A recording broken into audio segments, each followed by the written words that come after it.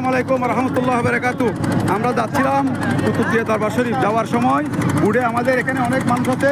আমরা যেহেতু পরিবেশ নিয়ে কাজ করি, এই খেজুর গাছ আমি ক্যালেন্ডার দেখাই। আমরা খেজুর গাছ কী কাজে লাগে এটা যদি বলতে পারে আমরা একটা প্রেস বন আর আপনার একটা ক্যালেন্ডার উপহার দেবো। আচ্ছা, প্রথমে আপনাকে বলি, আঙ্কেল খেজুর গাছ কী কাজে লাগে? খেজুর গাছ হ্যাঁ, রস খাই, কাপড়ে গুলা খাই। ভাইয়া খেজুর গাছ কী কাজে লাগে?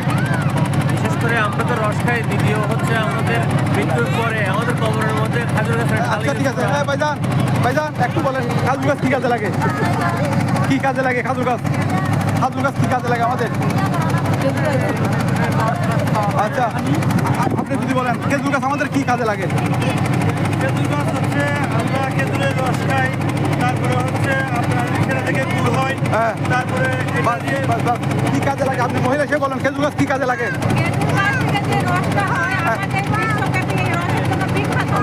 আপনি যদি বলেন, আপনি বলেন খেজুর গাছ কী কাজে লাগে?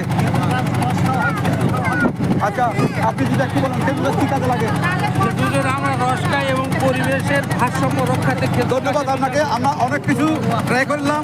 আপনি কি বলেছেন কবরস্থানে লাগে না, সেই হিসেবে আপনাকে এই কবরস্থানে আমার নবীর সুন্নত যেটা শেষে দেওয়া হয় এটা গুরুত্বপূর্ণ বিষয় বলেছেন। আপনাকে 100 টাকার প্রেস বন আর একটা ক্যালেন্ডার ফতেহাবাদ বিক্ষোভ সময় থেকে দিচ্ছি, এগুলো গ্রহণ করবেন।